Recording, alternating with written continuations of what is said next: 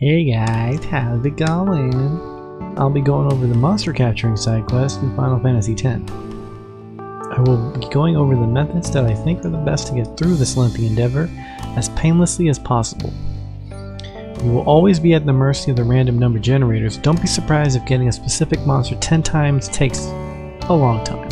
I strongly suggest you keep a pen and paper and tally the counts, at least if you intend to get the Mark of Conquest. I make a few assumptions about you, the player, if you're watching this guide. Mainly that means I assume you have been playing the game casually and are not playing a mod or one of those challenge runs. The tips here may be useful to help those players as well, but don't expect it. I also assume you've obtained the airship and beat Seymour Omnis, since you cannot complete this without having beaten him. Having Bribe is also useful. To get started with this, we need to visit the monster arena here in the Calm Lands. You also need to pay the greedy bastards some gil to buy the weapons for capture. In addition, he also wants you to capture one of every fiend in the Calm Lands before he'll let you use the arena. As you can see from this list, there's quite a few of them. Not only this, but you'll have to run up to the northwestern section to encounter enemies like the Malboros, Ogres, and Chimera Brains. You'll just want to get one of each for now, since we can make it easier later from the rewards that we get. Capturing this zone unlocks Chimera Geist and gives you 60 far plane wins. You will want to hold on to those for now. Next we head to the Djose Highroad. Ochus can only be fought in the grassland areas, and the Simmer can only be fought on the road near the temple. Simmer himself is a pretty notorious enemy to find, so if you find one, just kind of stay in that exact spot. You will only be able to fight him in the later half of the Djose Highroad near the temple. The Basilisk can be found in the half near the battle site.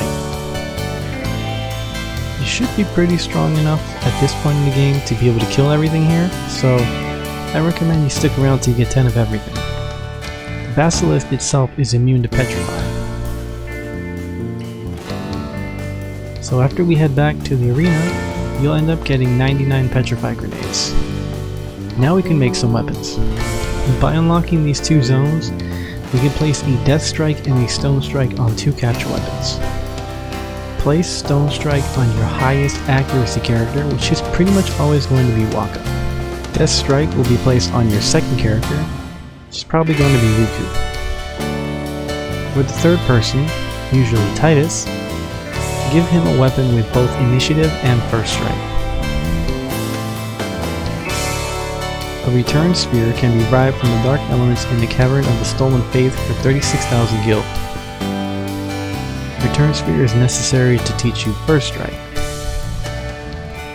You can get initiative from chocobo feathers, which you can steal from the cactars or the quacktars. Is that how you say that? The reason we chose Titus is because he'll have Hastaga, Flee, and Provoke. You will need Provoke later on for the Omega Runes, and Initiative will prevent you from getting all non-forced ambushes. The only thing left to get is Demi, which can be found in Shadow Gems or Lulu.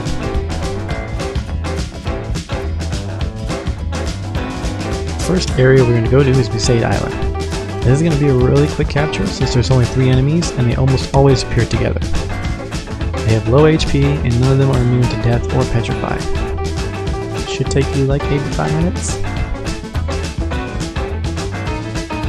Next up is Kilika. All the enemies here are affected by death and only the yellow element is immune to petrify. With only 4 enemies showing up here, this is also a pretty quick one. Besaid Highroad is a two-parter. Vibra and Aperia show up only in the southern section. The rest you can find in the northern section. Death and Petrify affect everything here, with the exception of the white element who's immune only to Petrify. Mushroom Rock is a bit of a weird one. You want to enter from the Djose Highroad and head to the command post. Hang out by the elevator because this seems to be where I find the most Garudas. And Garuda tends to be one of the rarer ones that people have trouble with. But this should also be a fairly quick one. The red element is immune to Petrify.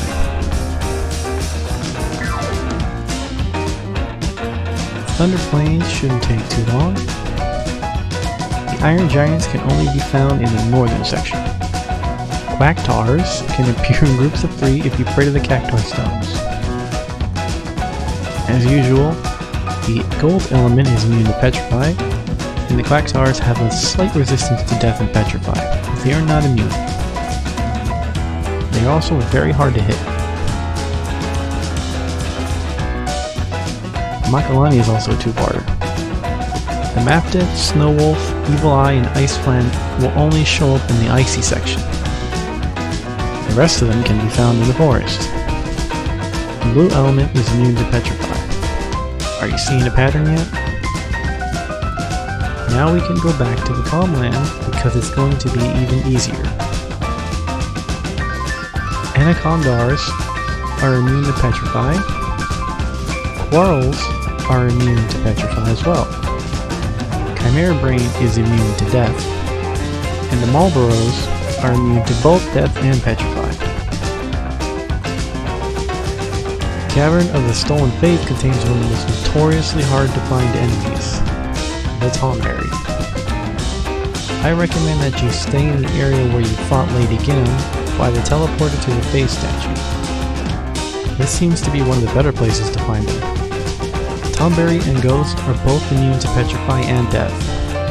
The Valaha is immune to death, and the Dark Element is immune to Petrify. This section will probably take you a while. Bikanel Island is also a pretty easy capture. Zoo, Sandworm, and Cactars are immune to Petrify and death. You will want to steal some Shadow Gems from the Sandworm if you can, because it's a stronger version of Demi. Mount Gagazet is composed of 3 sections. The Mountain Trail will contain these sets of enemies. The Cave section will contain these enemies. And the Road Trail will contain these. Darkland and Behemoth are both immune to death and Petrify, and the Bashara is immune to death. The rest of the enemies here will start showing a bit resistance to these status effects, but it's generally not something you should worry about. Inside Sin contains 2 sections. In the first section you will find these, and in the second section you will find these. The Adamantoise is immune to death with a really strong resistance to Petrify, but he's not immune to Petrify. The Exo-Ray is susceptible to both death and Petrify. The rest of these enemies are all immune to both. Demi works very well here, and you will want to silence buster the Demonoliths to prevent their counters. Being able to hit for 9,999 damage is useful both here and in the Omega Ruins. And now we reach the final section, the Omega Ruins. Hell yeah! You will absolutely need First Strike here, since Greater Marlboros here will always ambush you. And you will want that person to have Provoke in order to prevent him from using Bad Breath. You also want to have Provoke for the Spirits, because then they will only ever cast White Wind on you. It's also recommended that you stay near the Save Sphere since you can fight every enemy there. I find that Varuna tends to be the worst one to get. If you're feeling brave enough, you can go into the deeper section and maybe you'll find better luck there. Floating Death, Halma, Master Quarrels, and Zarus are all susceptible to both death and Petrify. The black element is immune to Petrify. Varuna is immune to death, with a heavy resistance to Petrify. Master Tomberries are immune to both death and Petrify.